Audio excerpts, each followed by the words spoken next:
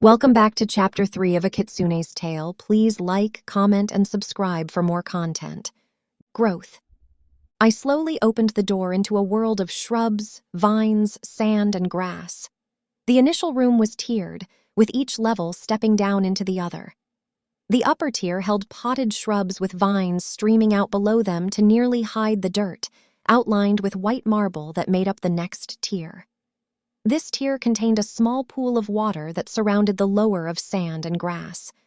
Most of this was made up of grass, with the white sand cutting a path through the middle and off into two different directions. I ran an explorative finger through the water to discover it was slightly warm. At the bottom, I could see the colored stones that reflected the light from the 5 torches spaced evenly around the room that burned brightly around the lower tier. The water is fed in through hidden pumps controlled by one of hundreds of river wheels below the estate, came a voice from behind me. I tripped and fell on my side when I tried to turn to face the intruder. I froze in fear as the Huli Jing rushed over to help me to my feet. "I am sorry to have frightened you, Lady Graywood. My name is Fishra. Cano asked me to show you around and help you while you are here." Fishra extended a furred hand to help me to my feet. Not wanting to offend the creature, I carefully accepted the help. She was dressed in a short green robe that extended down to what I considered the creature's knees. Her hands were small, and the fur soft to the touch. She had light brown fur with a reddish tint, and her ears were also reddish toward the tips. When I stood, I realized I was nearly a head taller than Fishra. I looked down at the Huli Jing curiously. "It's okay. I just had not expected anyone to be here." I looked away toward the room where she had come from. "This is a beautiful place. Are all the rooms like this?" Fishra chuckled. "No, this is one of our master dens. These are reserved for clan leaders."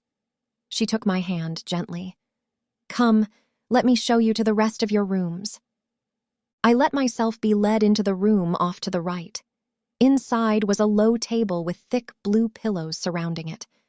Unlike the main room, this one had only one level with vines climbing up the walls on trellises from a ring of dirt that lay at the base. "This is your study. Here you may study alone or invite others to meet with you."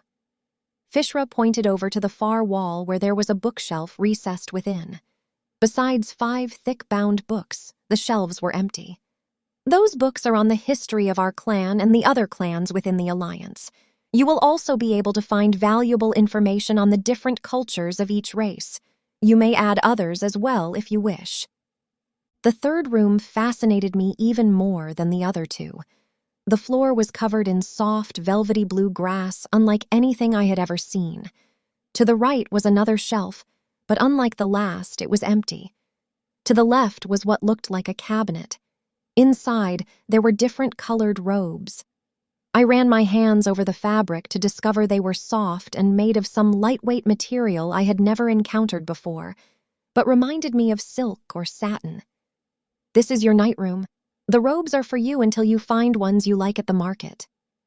"I have no money for the market," I responded worriedly. "How am I to pay for things I need?" Fishra flashed me an expression I associated with humor. Her mouth opened slightly, and her eyes took on a look of mirth.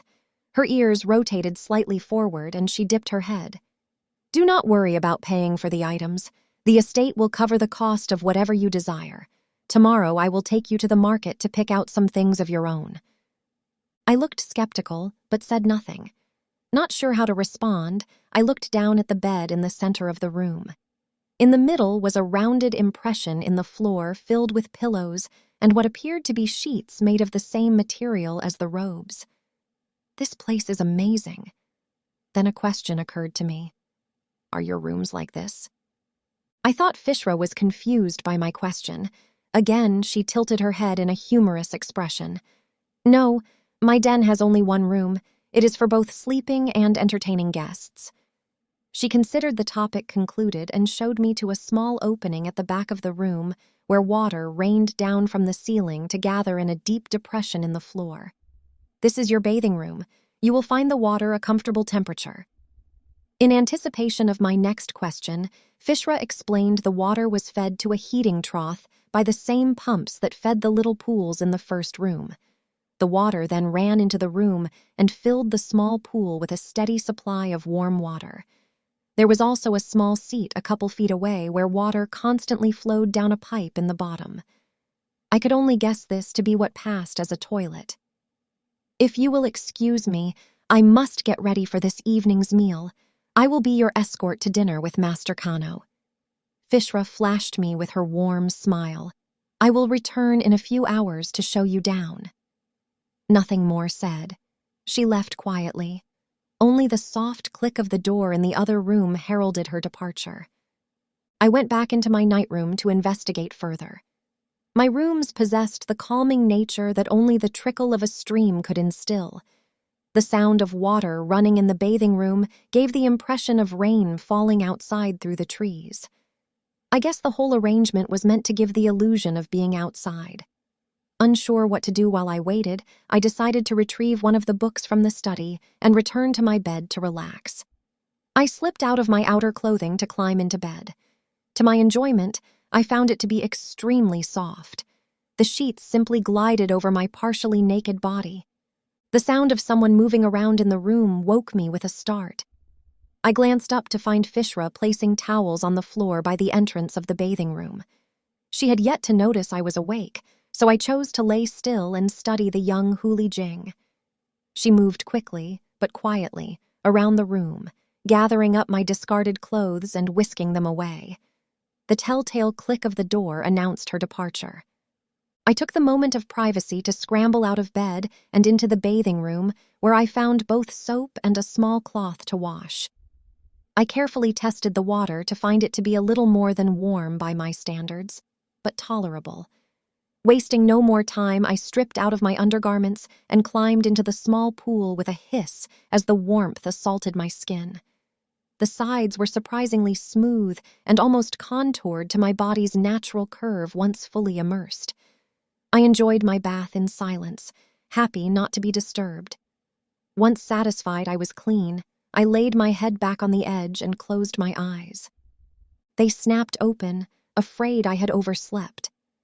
I snatched up the towel Fishra had left for me as I climbed out and hurriedly dried. I entered my room with the towel wrapped around me to find the Huli Jing waiting for me with one of the soft robes held open. Having my escort in the room made me slightly nervous, though I remembered reading how sociable they were. As far as I could tell, the Huli Jing had no taboo about being exposed around each other, or around members of the opposite sex for that matter. I extended an arm into the robe while holding my towel in place with the other. The way the short robe contoured to my body as I moved was fascinating and even somewhat revealing of the slender shape beneath. I could not help but think how my mother would freak out over the way I was dressed. I had never worn anything as revealing as what I now wore. The looks I drew on the way to dinner made me feel very uncomfortable. One lycanthrope we passed even stopped to stare openly. I could not help but notice the hungry look in his eyes. We entered a dining hall full of every type of creature I had seen represented by the pillars for the estate entrance. Every head turned toward me when Fishra announced my arrival to the gathered attendees. The looks I received were a mix of confusion, curiosity, annoyance, and even hunger. Relief replaced self-consciousness when I noticed a seat available next to Cano. Fishra led me to the vacant chair when he waved us over. "I am glad you made it," he said once I was seated. "I hope your rooms are pleasing to you?" I only nodded, too nervous to speak. "Let me introduce you to our clan ambassadors. This is the Huli Jing ambassador, Sero." Cano inclined his head to the Huli Jing seated to my left. "He is the one who has provided the rooms for you. I am hopeful your visit is a fruitful one, Lady Kara." Kara appeared to be up in age. What had once been a reddish-brown coat was nearly replaced with white fur. Some of it on his arms had thinned enough to reveal the dappled skin beneath. Even the fingers on his hand-like paw were long and thin. "The rooms are beautiful," I managed. Sero's eyes seemed to lose some of their dullness and light up in response to my compliment. "Across from you is Veraz of the Lycanthrope clan." Veraz said nothing in response to the introduction. Instead, he focused his attention on the raw piece of meat that had arrived. I thought he was an odd choice for an ambassador since he showed little outward interest in the events around him. I could not guess his age, but I thought he was not much older than myself. His callous disregard reminded me of many older teenagers from my own world. The rest of the evening proved uneventful throughout dinner and on into the late hours. There was no telling what time of day or night it was by my understanding. Everyone just went about their daily routine by some unknown internal sense of time. When I finally confessed that I was unable to stay up any longer and must sleep, only a handful of others remained. Fishra dutifully escorted me back to my rooms before going in search of her own respite. I entered, expecting to seek out the comforts of my soft bed, but stopped short at the sight of Cairo. He sat on the lower tier next to my study, running a bony finger through the water. His eyes locked on me when he heard me enter. "I am sorry to impose myself on you like this, but I wanted to speak with you in private." He slowly rose to his feet, the effort obviously uncomfortable for him. "May we speak in your study, Lady Kara?" He did not wait for my response, but instead went ahead expecting me to follow. Once in my study, he lowered himself down onto the cushions. I found a seat across from the table facing the door.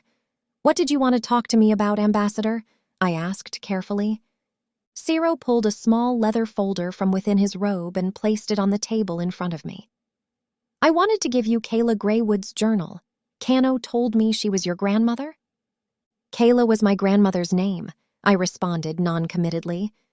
Ciro took on a distant look, remembering things long forgotten by many. I waited patiently for him to continue. It took several minutes for him to return to the present, but when he finally returned, he reached out and took my hand in his. "Has Cano told you that your grandmother was a Kitsune?" "No, of course not. Your grandmother had the ability to change into the form of a fox, much like myself, except a Kitsune has many powers. They can perform many miracles that no other can do. You can judge them by the number of tails they have. The more tails, the more powerful they are." He rolled my hand over to study my palm.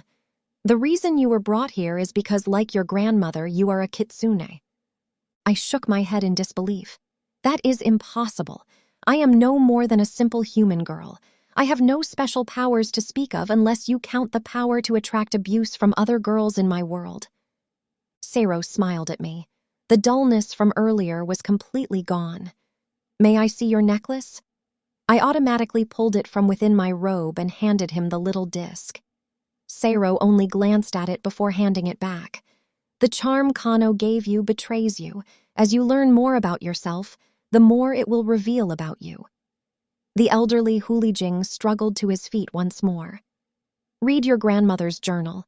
I am sure it will teach you many things about her, and ultimately about yourself." I gained my feet as Ciro stood and followed him out into the main room. I took the time to help him up the stairs to the door and opened it for him. He said nothing, only squeezed my hand in thanks before leaving.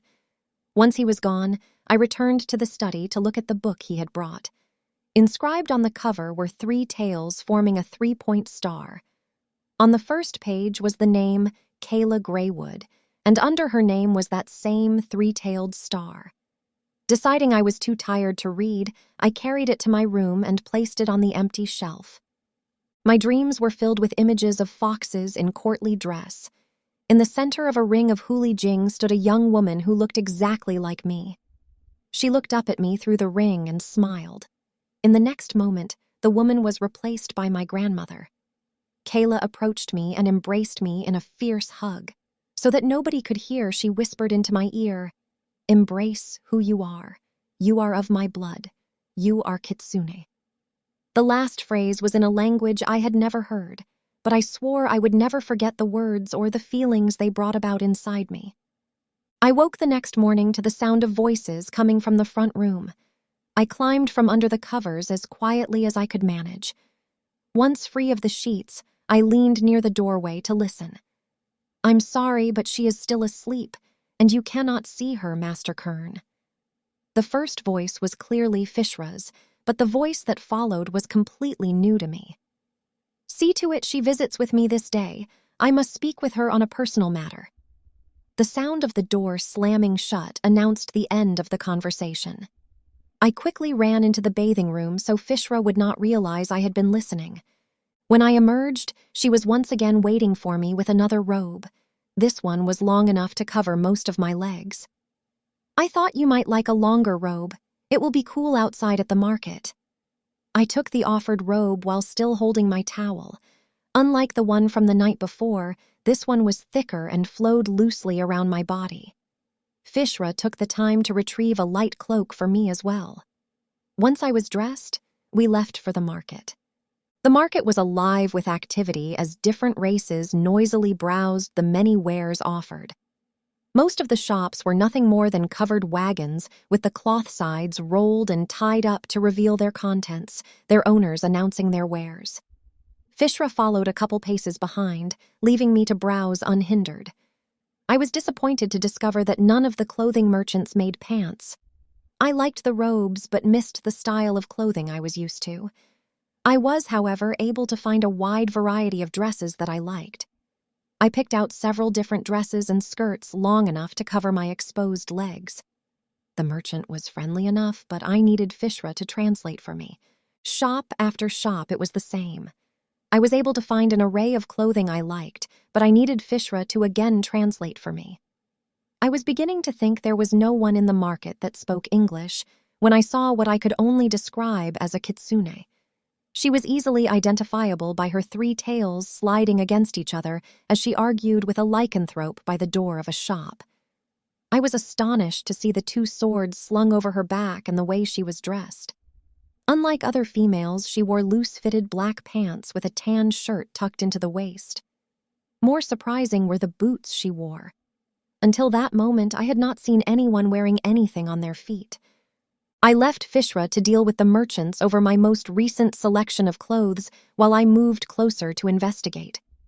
Further investigation revealed the Kitsune to be the proprietor of the shop in question.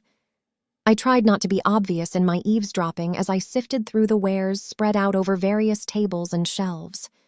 The argument continued unabated for several long minutes before the lycanthrope stormed off empty-handed. "Do you see anything that catches your interest?" I looked up into the large, fox-like amber eyes of the Kitsune. Face to face, I was able to see that both arms were dyed with a red intertwining pattern that ran from under the sleeve of the tan shirt down to the back of her gray-furred hands. I could no longer think of them as anything other than hands, since they looked much like my own, except furred with animal-like pads on the fingers and palm. The boots were made of some type of black material resembling leather that extended to the woman's calves. "I noticed how you were dressed and thought you might have similar clothing." I tried to look hopeful under the scrutiny of the proprietor. The Kitsune studied me for a moment before offering me the Huli Jing version of a smile. "I think there may be some things here that would fit you." She led me to a table in the back corner of her store to yet another endless pile of clothes. "My name is Pasha, since you are wondering." "Ah, here we go." She drew out a tan pair of pants and held them up against me. "These should fit you fine." Again, she dug back into the pile, this time retrieving a shirt. By the time she was done, I had 6 pairs of pants with shirts to complement them. Our next stop was another section of the shop filled with boots. "Why do you not show your tails, young one? It is the pride of a kitsune to display their tails." Pasha looked up in search of an answer, but none was forthcoming. "I need you to shift in order to properly fit you for these." Pasha again stopped for an introduction. "My name is Kara, and I am human," I responded. Pasha took my amulet and rolled it over in her own hands, examining it closely. Then she reached up to draw my hair away from the sides of my face before indignantly lifting my upper lip to reveal my teeth. "So, you are late to the change. Be mindful of those fangs until you get used to using them." I was about to protest when Pasha lost the kitsune form to appear completely human. Where her dyed fur had been, there were now bright red spiraling tattoos of varying geometric patterns. All kitsune are part human. We are the result of crossbreeding between the Huli Jing and humans. Pasha considered something for a moment before continuing. "If you want to learn, come to me in the evening." We met Fishra in the outer room where she was browsing the clothes with disdain. "Are you ready? We must get back soon," she said. Fishra looked doubtful of the clothes I had, but paid for them nonetheless. We made straight for the keep from the market. Once back in my room, I asked Fishra about obtaining my own coin. She argued about the need for currency, but finally relented, claiming she would have some brought by later in the afternoon before leaving. Thankful for the privacy, I rushed into the bedroom in search of a small mirror kept in my bag. I found what I was searching for, and staring back at me was a slightly different person than I was used to. My ears were slightly pointed, and I could see the 2 sets of fangs starting to form. I carefully picked at one of them with my finger and startled at the sudden sharp pain as I cut my finger on the bottom right one. Dinner at Cano's court was filled with laughter and much celebration. I was able to catch snippets of gossip, political maneuvering, and even some speculation about me. Even Veraz was animated, explaining their victory over the Articans in the northern province. The part I found most humorous was that Veraz explained the victory like he was there himself to lead it. I was not really interested in the news, but instead contemplated the strange taste of my food. The vegetables did not taste the same as they had the previous day. To me, they tasted bland and made me somewhat nauseous. The small piece of meat, however, was more flavorful and broke apart under the tearing force of my newly acquired teeth. The smell alone made my mouth water. I decided to ask Pasha when I saw her about the change in diet. Despite their flavor, I forced myself to eat the vegetables provided so as not to draw attention to my condition. They were most tolerable when combined with bites of meat or covered in the red bloody juices that filled the bottom of the shallow dish. When the celebration showed no signs of abating anytime soon, I excused myself and made my way back to my rooms. In my study, I found a small pouch of silver and 2 gold coins stacked next to it. I hid most of the coins in my bedroom, buried within the covers of my bed. I decided to only take 5 of the silver coins before sneaking out. I was relieved to discover the halls were empty during the early evening hour.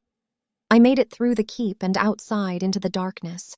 The 2 guards at the gate only paid me a cursory glance as I slipped off into the night for the market. I crept through the streets, vigilant for any strangers I might happen across.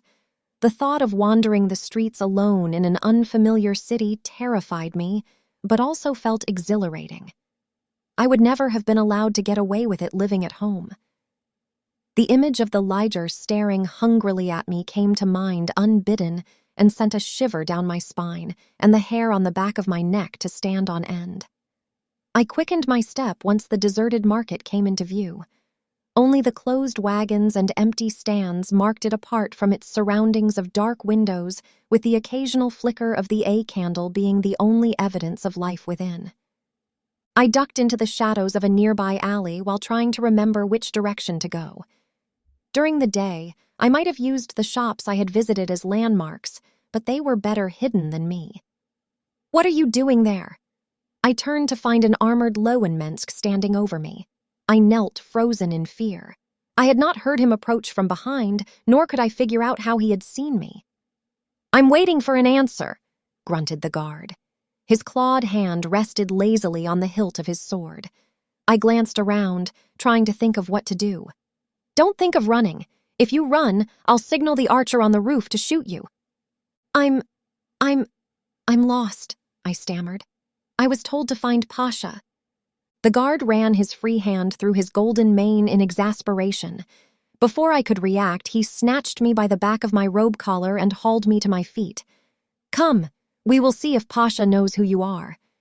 He dragged me unceremoniously down the street to a heavily built dark wooden door. I tried to right myself to present a more dignified presence while the guard pounded on the door without much success. He was about to pound the door again when it opened to reveal Pasha standing in the doorway wearing a lightweight blue evening gown. "Why are you beating down my door at this cursed hour, Gorsha?" Gorsha jerked me into view. "She claims she was told to find you." Pasha looked at the guard with contempt. "I'm sure Lord Cano would not look well upon your treatment of his honored guest." Gorsha looked down at me, then back, unsure. The child you are dragging around like dirty laundry is Kara Graywood." He released me suddenly as though his hand had been burned. He drew up to his full height. "My apologies." He quickly marched off without another word, back straight and head swiveling around in search of something. Pasha chuckled as she urged me inside. "I love getting Captain Gorsha all ruffled up." Once the door was closed behind us, Pasha motioned for me to sit. "I had not expected you so late, or I would have waited at my shop. Luckily, Gorsha found you. The market can be very dangerous at night." She paused to pour a glass of wine for each of us. "So, tell me your story, child." I took the offered drink with a smile. My eyes widened at the taste of fermented grapes. "My mother would kill me if she knew I was drinking this." Pasha lifted an eyebrow questionably. "I am only 15, I explained. "In my world, we are not allowed to drink alcohol until we are 21. One is considered an adult at 14 years of age here. Now tell me about yourself and how you came here." Pasha listened intently as I told her about my world. The topic of my grandmother seemed to be of much interest to her. I also told her about how I had crossed between worlds. Pasha thought about what I had told her for several minutes while swirling about the remaining contents of her class around. Finally, she set her glass down and motioned for me to follow. She led me into another room partitioned off by a thick blue curtain. Inside was a single cushion in the center of the small room filled with herbs and statues. "I want you to sit here and concentrate on the smoke rising from the incense. Watch how it moves." Pasha crushed what appeared to be a small stone into the silver brazier she sat on the floor in front of me. Smoke immediately began to rise like a cloud, swirling and wavering up into the ceiling. I watched the plume as best I could in the darkness.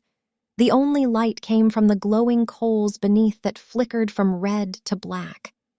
The longer I sat there, the more frustrated I became over the task. I had come seeking answers, but Pasha seemed more elusive than Cano in explaining anything about my life here. I was about to leave when I heard a voice, almost a whisper. I could hear it behind me, across the room, moving constantly but always the same. "Who are you? Why do you seek me here, child?" I searched the darkness for the voice without success. It was not until I looked at the brazier that I saw what appeared to be a small fox formed of smoke wavering within. "My name is Kara." I was interrupted by the voice once again, asking who I was. I thought about the question as the voice again repeated the question for a third time. The memory of my grandmother holding me one night after a bad dream left me crying uncontrollably. I remembered her calling me by another name in a soothing manner until I was sleeping soundly. "I am Kara Silvermoon," I responded. "Why do you seek me here?" "To learn," was the only response that came to mind. The smoke began to waver and swirl in a sourceless breeze. The ghostly fox became mixed within to vanish without a trace. My last memory before I blacked out was the voice almost inaudibly telling me to seek knowledge before the hunt. Thank you for listening. I hope you have enjoyed the story so far and will return for more of A Kitsune's Tale.